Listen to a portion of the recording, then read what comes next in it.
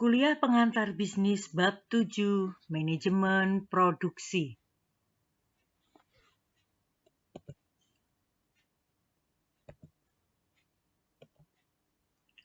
Outline materi dari manajemen produksi hari ini adalah pengertian manajemen produksi, fungsi produksi, tanggung jawab manajemen produksi, proses produksi, dan kegiatan produksi. Saudara-saudara, di depan Anda adalah pengertian mengenai manajemen produksi. Silakan dibaca. Saudara-saudara, secara tradisional, organisasi sebuah perusahaan, baik perusahaan manufaktur maupun jasa, itu ada beberapa fungsi. Ada fungsi pemasaran, fungsi produksi, fungsi keuangan, dan fungsi administrasi umum. Nah, hari ini kita akan belajar mengenai produksi. Ya, fungsi produksi itu diserai tugas dan tanggung jawab untuk melakukan aktivitas perubahan dan pengelolaan sumber daya produksi menjadi keluaran barang atau jasa dengan merencanakan sesuai yang direncanakan sebelumnya. Jadi, tujuannya adalah untuk menghasilkan layanan barang dengan kualitas dan kuantitas yang tepat pada waktu dan biaya produksi yang tepat. Saudara-saudara, di depan Anda ini adalah alur fungsi produksi. Kita bisa melihat untuk sistem produksi dari inputan atau masukan dulu. Ada bahan, tenaga kerja, modal, keahlian, energi, informasi, kemudian diproses, ya, dilakukan pemrosesan sehingga apa yang sudah jadi inputan tersebut keluar sebagai output berupa barang, jasa ataupun informasi. Kemudian diterima konsumen dan memberikan umpan balik feedback lagi kepada perusahaan dan alurnya kembali lagi perusahaan melakukan inputan supaya menghasilkan produk barang atau jasa. Nah, saudara-saudara, pada perusahaan fabrikasi, fungsi produksi memang tampaknya lebih jelas daripada perusahaan jasa. Ya, namun sekarang ini perusahaan jasa pun bisa menggunakan istilah tersebut. Ya, pada masa lalu pengertian produksi hanya dikaitkan dengan usaha-usaha fabrikasi atau menghasilkan barang-barang yang nyata seperti mobil, perabotan, semen, dan lain-lain. Namun sekarang menjadi lebih luas sehingga produksi bisa juga ditujukan untuk meningkatkan nilai masukan input menjadi keluaran output sehingga bisa dipakai untuk istilah-istilah yang perusahaan yang menghasilkan produk-produk jasa seperti angkutan, asuransi, perbankan, dan lain sebagainya. Nah, silakan dilihat ini adalah penamaan dan perkembangan dari manajemen produksi, istilah manajemen produksi yang dulunya ada manajemen fabrikasi, manajemen produksi, dan keluar pula istilah manajemen operasional.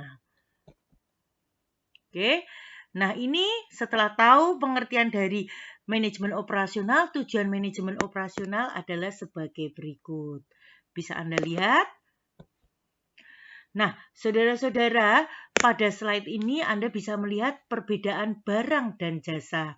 Nah, dengan perbedaan barang dan jasa itu, akhirnya muncul istilah perbedaan manajemen produksi dan manajemen operasi, ya. Sehingga sering ya kalau manajemen kalau perusahaan jasa seperti rumah sakit, perbankan, asuransi tidak menyebut istilahnya dengan manajemen produksi tetapi manajemen operasi atau manajemen operasional. Nah, dilihat perbedaannya ya antara barang dan jasa. Kalau barang itu kan tangible ya, berwujud. Jasa tidak berwujud ya. Kemudian dapat disimpan kalau barang. kalau jasa tidak bisa disimpan, ya, bagaimana kita bisa menyimpan senyum dari teller ya yang kita nikmati? Kan tidak bisa. Bagaimana kita bisa menyimpan eh apa namanya, perjalanan antara misalnya dari Rembang ke Pati. Nah, kan nggak bisa, harus dinikmati seketika. Nah, kemudian barang itu yang memproses mesin, kalau jasa itu dipastikan manusia. Nah, produksi sebelumnya dikonsumsi, tetapi produksi kalau jasa produksi dan konsumsi bersamaan. Ya, contohnya pengen pengen menikmati naik pesawat dari Semarang ke Jakarta. Ya, saat itu juga kan pilotnya mengantarkan kita sampai ke dari Jakarta sampai ke dari Semarang sampai ke Jakarta. Tidak bisa pilot ngantar dulu terus kita tahu-tahu bisa menikmati perjalanannya, tidak. Kan selalu bersamaan. Tapi kalau kita mau naik mau menggunakan mobil, punya mobil, nah mobilnya kan diproduksi dulu, baru kita punya uang beli, baru bisa kita nikmati naik mobilnya. Nah, untuk barang selain itu kontak dengan konsumen sangat rendah, tapi kalau jasa kontak dengan konsumen itu tinggi. Nah, kualitasnya kalau barang itu objektif. Wah, ini mobil mobil yang terbagus saat ini ternyaman misalnya ya, misal ini Alphard ya. Orang pasti akan, oh ya Alphard itu enak, wah mewah keren. Nah, itu objektif. Hampir semua orang bisa mengatakan itu. Tapi kalau jasa belum tentu, ya. Kualitasnya itu subjektif tergantung yang menikmati. Walaupun ada sisi objektif, tapi pasti ada sisi subjektif ya. Seperti kita bilang, senyumnya teller di Bank Syariah Muamalat manis kata Pak Ed. Tapi kata Pak Y, wah enggak, tellernya senyumnya kalah manis sama teller Bank Muamalat yang di Jakarta daripada yang di Semarang, misalnya seperti itu. Maka akhirnya perbedaan itu yang membedakan istilahnya. Untuk manajemen produksi biasanya memang kita memakai istilah untuk perusahaan-perusahaan manufaktur, sedangkan untuk manajemen operasional ya, manajemen operasi digunakan oleh perusahaan-perusahaan jasa. Nah, ini adalah tanggung jawab manajer produksi. Nah, dia harus memutuskan keputusan-keputusan penting untuk mengubah sumber-sumber ekonomi menjadi hasil yang dapat dijual. Nah, apa itu keputusannya? Yang pertama, keputusan yang berhubungan dengan desain dari sistem produksi manufaktur, ya.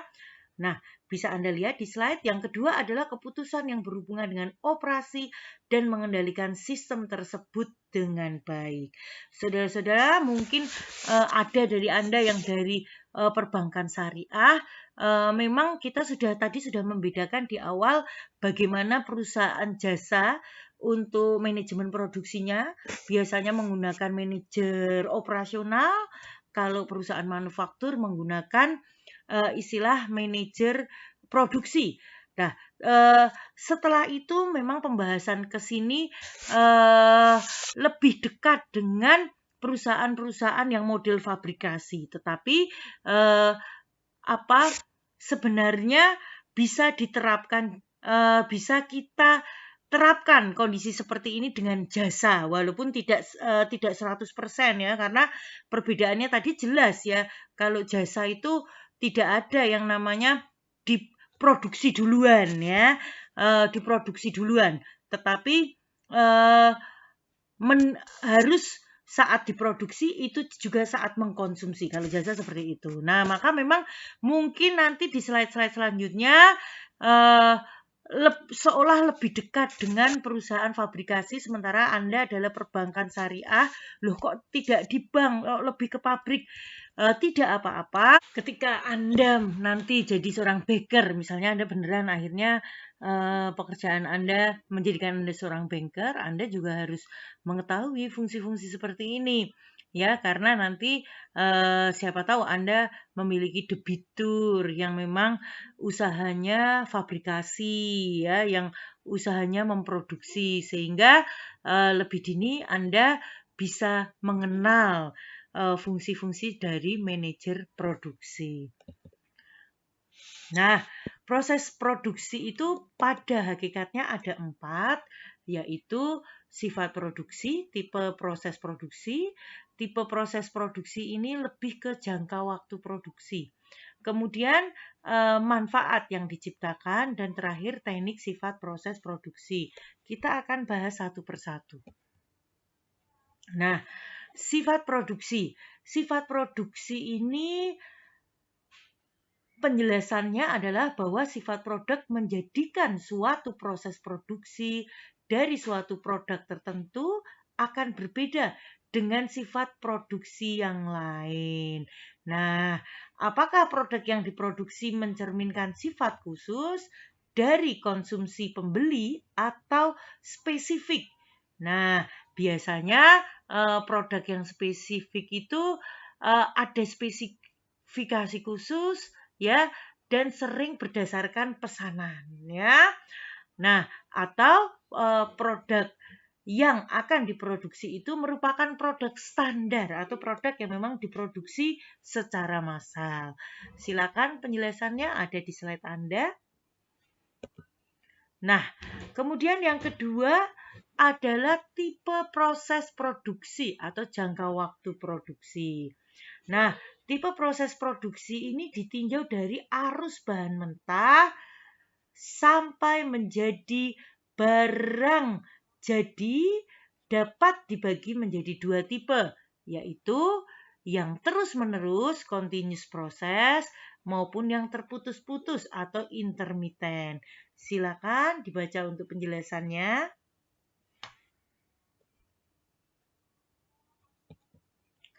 Nah, setelah itu ada yang namanya manfaat yang diciptakan. Nah, manfaat yang diciptakan ini proses produksi bisa dilakukan dengan cara yang berbeda-beda tergantung manfaat yang diciptakan. Ya, jadi ada manfaat dasar, ya, ada manfaat bentuk, waktu, tempat, milik. Nah, silakan dibaca, sudah ada contoh-contohnya juga di slide Anda. Nah, yang keempat, ada teknik proses produksi. Nah, Anda bisa baca, ya, sudah ada contoh-contohnya juga.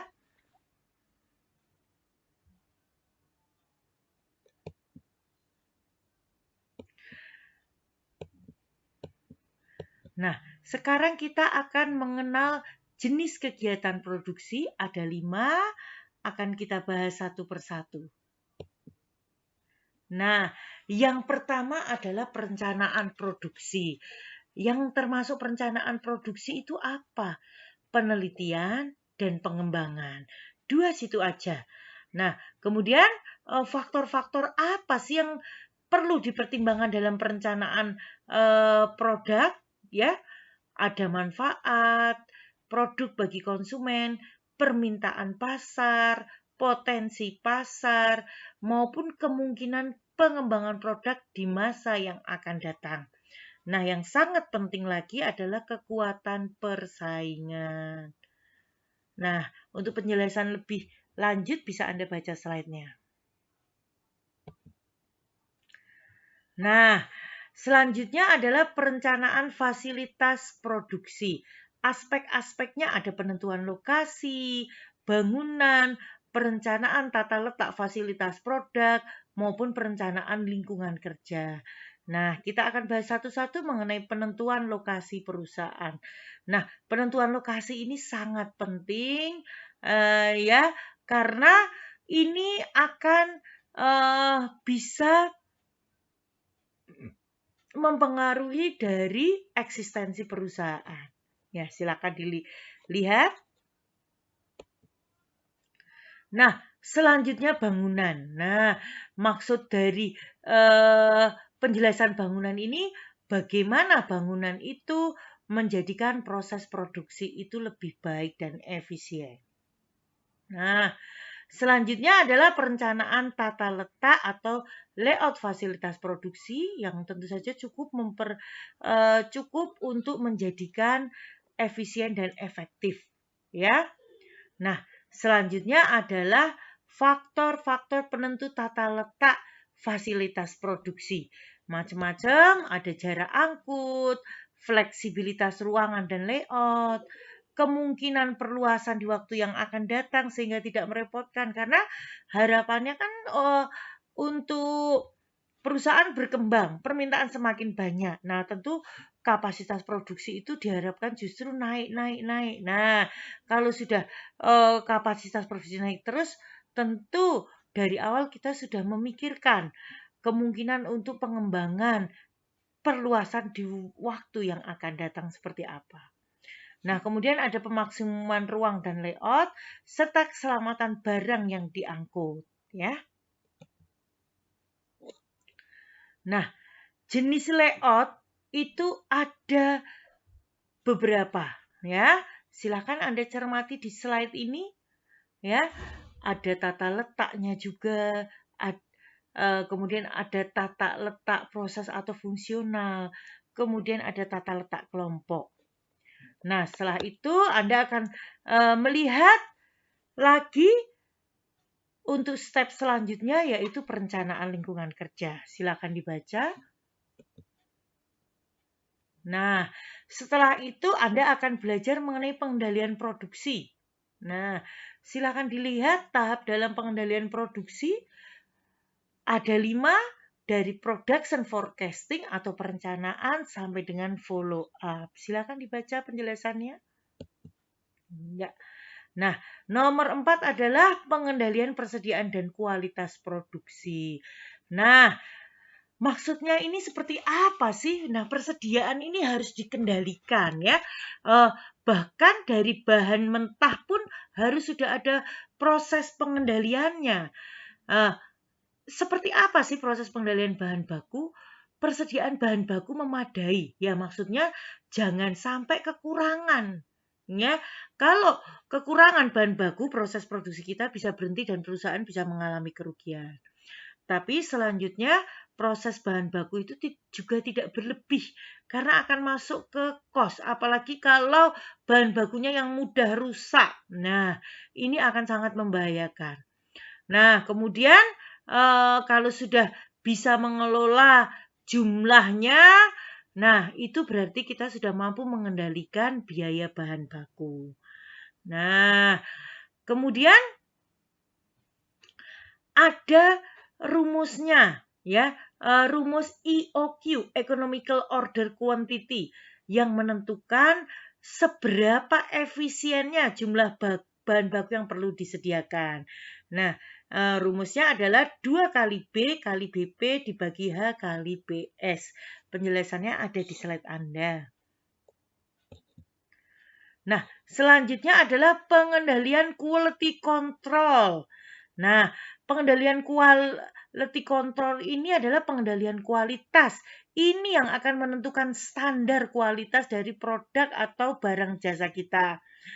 Nah, bagaimana caranya supaya standar kualitasnya bagus? Ya, tentu saja selain produk-produknya memang dengan kualitas terjaga, kita harus memiliki staff-staff atau controller yang mempunyai kecakapan yang bagus. Nah, untuk bisa memastikan kualitas produk kita.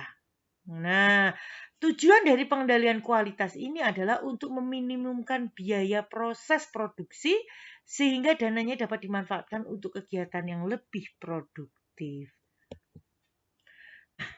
Sekarang kita sampai ke pengendalian biaya dan pemeliharaan. Nah, untuk pengendalian biaya dan produksi supaya kita tidak mengalami kerugian akibat biaya produksi atau mengurangi profit lah. Biasanya rugi sih tidak, tetapi kalau biaya produksi tinggi itu tentu akan lebih mengurangi profit. Nah, cara yang digunakan untuk menganalisis seluruh biaya yang diperlukan dan berupa pendapatan yang diterima perusahaan beserta hasil keuntungan yang diperoleh perusahaan dapat menggunakan rumus BEP. Ya, silakan dilihat. Nah, ini adalah grafik BEP. Jadi, kalau BEP itu kita impas antara biaya produksi yang dikeluarkan ya dengan hasil dari penjualan kita itu pas, belum profit. Nah, itu namanya BEP. Nah, yang penting tidak rugi, itu BEP. Nah, ini adalah standar awal kita ya. Setelah tapi itu hanya berupa standar awal kalau kita supaya kita tidak rugi. Tapi tentu kita tidak mau kalau BEP itu kan berarti tenaga pikiran dan lain sebagainya percuma ya karena perusahaan tidak berkembang, tidak ada profit. Maka BEP ini hanya jadi mitigasi risiko kita ya supaya tidak mengalami kerugian. Nah, kita harus tahu letak grafik BEP itu di mana. Nah, sehingga kita bisa memaksimalkan laba kita. Ya. Selanjutnya adalah pemeliharaan dan penggantian fasilitas produksi. Nah, faktor yang mempengaruhi kegiatan pemeliharaan itu seperti apa? Tentu tergantung dari kesiapan sumber daya dari perusahaan tersebut. Ya, dana yang tersedia pada perusahaan ini akan menjadikan anggaran untuk pemeliharaan yang lebih fleksibel. Kemudian kebijaksanaan dari perusahaan, standar kualitas produk, maupun kemampuan tenaga kerja. Ya. Baik, untuk pembahasan manajemen produksi ini sudah selesai. Selanjutnya kita akan lanjutkan dengan sesi diskusi. Terima kasih. Wassalamualaikum warahmatullahi wabarakatuh.